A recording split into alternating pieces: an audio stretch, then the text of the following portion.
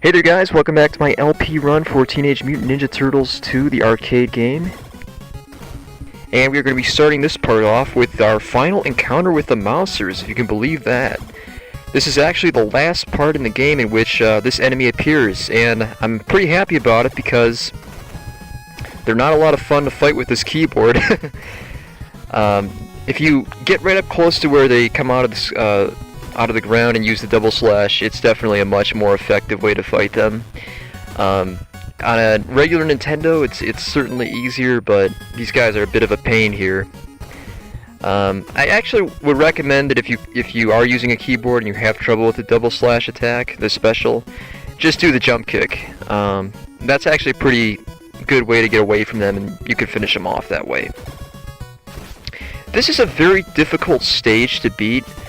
It's longer than you'd expect, and the foot soldiers and enemies you encounter here are some of the more challenging ones in the game. But it's really not a surprise because we're getting pretty close to the end of the game at this point. And I'm not sure exactly where this is. It looks like it might be some kind of power plant. The boss at the end of this level actually is hard, or at least by comparison with the guys we've been fighting, so this will be probably the first really challenging level of the game. And we'll be encountering a few interesting new enemies that I don't remember from the TV show.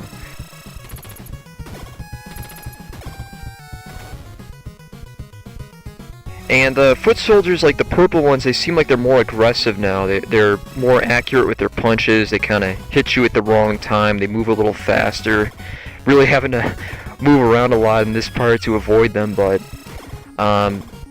it seems like the enemy IQ gets a little bit better in this stage, so just kind of be, I guess, a little bit more careful here. This is kind of where you have to make the right decisions more often. And of course you have more of these annoying spear guys with a stupid laser thing right next to us, so this is not a fun section here. Just stay way off to the side of the screen and avoid that laser.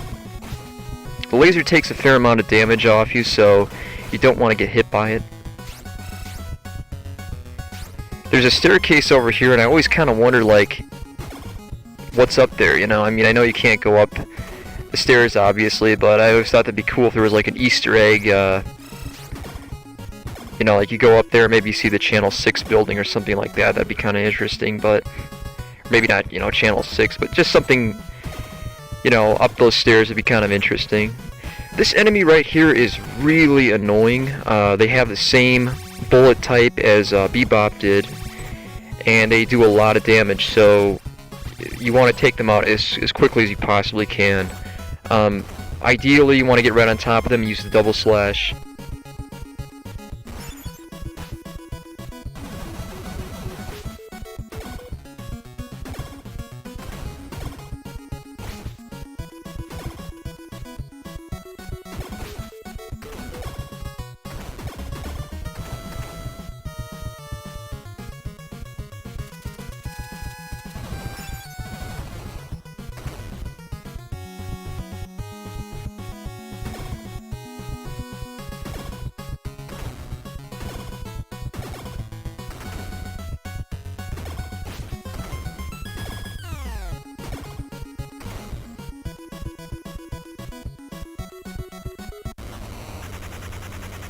Okay, so the first time I played this game, I actually thought this was going to be the boss because it was another one of these drill modules.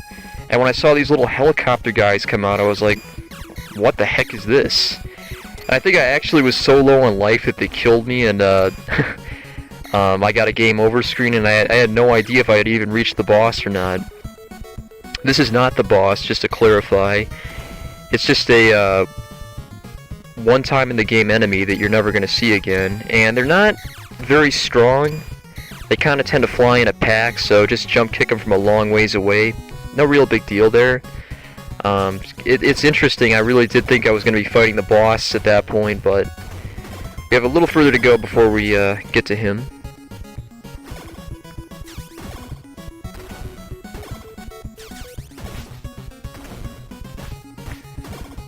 I did not do an effective job against these yellow boomerang throwing foot soldiers. The way to take them out is to kick them once they've throw in the boomerang, or to hit them once they throw in the boomerang, and then move out of the way, because the boomerang is going to come back.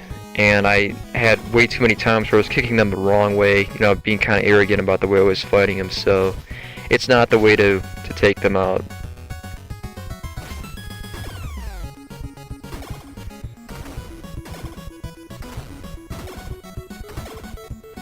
Just seems like this level has a ton more foot soldiers than normal. Oh, I absolutely hate these guys. They scared the crap out of me the first time I played this game. I don't know what this enemy is, this like gun turret thing, but just be really careful and stay at the bottom of the screen to avoid their fire. And now we're up to Lieutenant Granitor, the first really challenging boss of the game. The important thing to note with him is that you want to walk him up and down the screen so that he's never really on level with you. He has two attacks, one being to shoot fire out of his gun, and the other is where he basically pistol whips you. Neither one is fun to get hit by, so be careful with him. And you can also actually jump kick him from side to side, but you have to get the very... I don't know what that glitch was about, but you have to get the very edge of his body to do that effectively. You know, either one will work well. You have to be a little more skilled with the jump kick to be effective against this guy. I would recommend just walking him up and down the screen. It's an easier way to kill him. And then we've got Splinter over there just kind of chilling in the background. He's doesn't look very comfortable.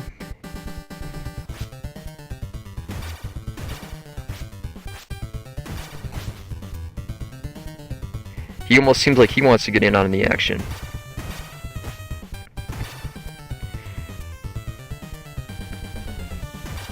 So, you know, Granitor is not an easy boss, but with some practice, he's really not that bad. You just kind of have to repeat the same thing with him again and again, and they do give you a pizza, so he's not, like, terribly hard. The first time I fought him, though, he took off several lives. I think he might have even killed me the first time I ever faced him. He's definitely a lot harder than the guys we've been fighting up to this point.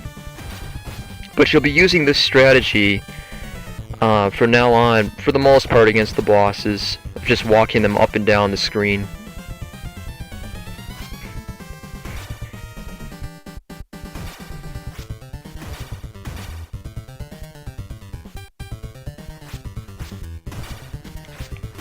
I know he appears on the TV show, but I don't remember him.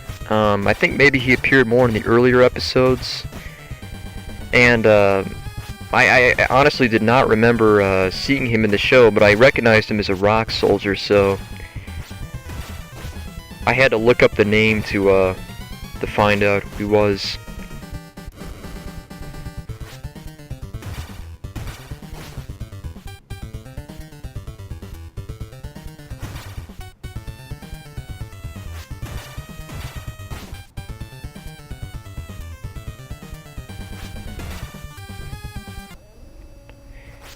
And once he makes that noise, that means he's dead.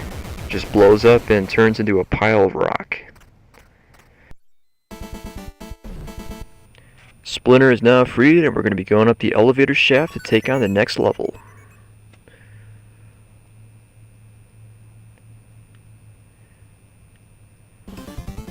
This is an interesting level that they did not include in the arcade console, but I'm really glad they put it in the Nintendo version because it's super fun, and they have a couple of really cool enemies to fight that you actually missed out on in the arcade, so thankfully we get to do it here.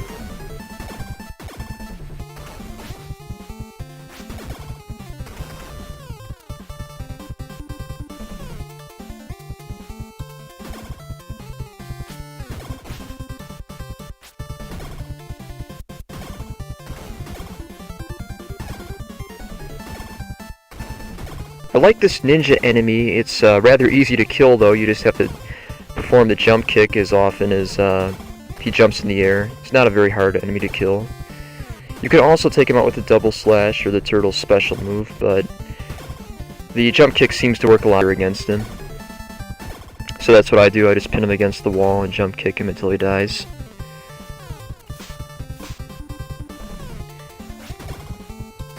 I definitely think that the foot soldiers are becoming a little bit more aggressive in the later stages of the game. They are a lot more precise with those punches, and they seem like they move faster too. I think the AI of the game picks up a bit. Knocking me all over the screen here.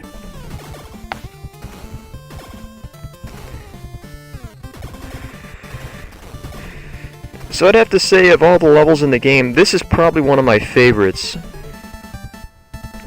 Although there is a really annoying part coming up here with some of these spike weapons. We'll get to that though in a little bit.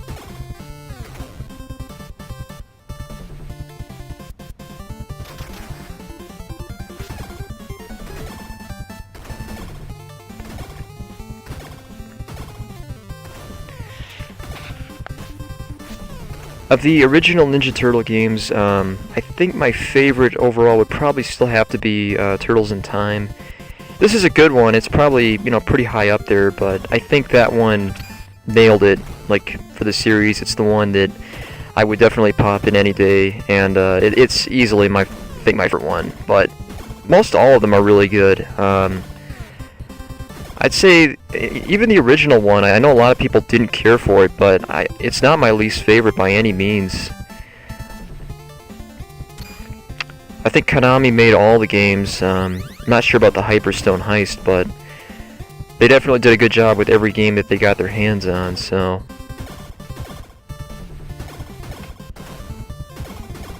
I really enjoyed playing them all. This part is really frustrating. You want to handle it just like the way I did there, by staying as far to the right hand side of the screen as you can. Otherwise, if those spikes hit you, they're going to knock you all the way back to the left hand side, and it's really tough to get past that part. Now for this tiger enemy, like this paper tiger guy, you want to hit him and then kind of like walk back in his general direction and hit him again, and kind of keep him in this pattern where he's always running towards you, but you're hitting him and slashing him back. It's a little hard to explain, but he's a very difficult enemy, mostly because you only fight him like twice.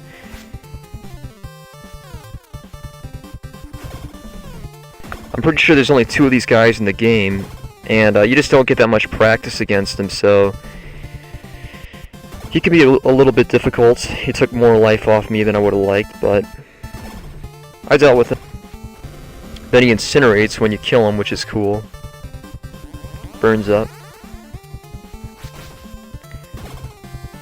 I wonder what that sign says in the background. It's written in Japanese, I think.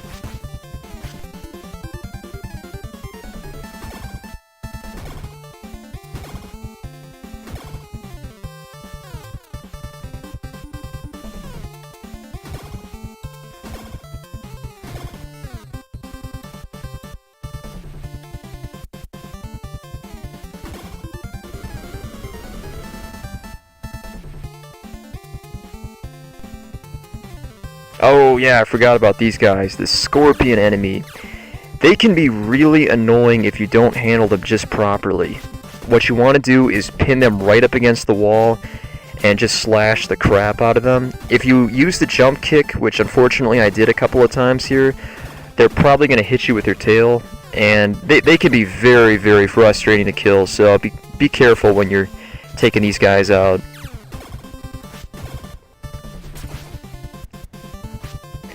Alright guys, I'm going to wrap it up here. I will see you next time. This is Josh Dragon signing out.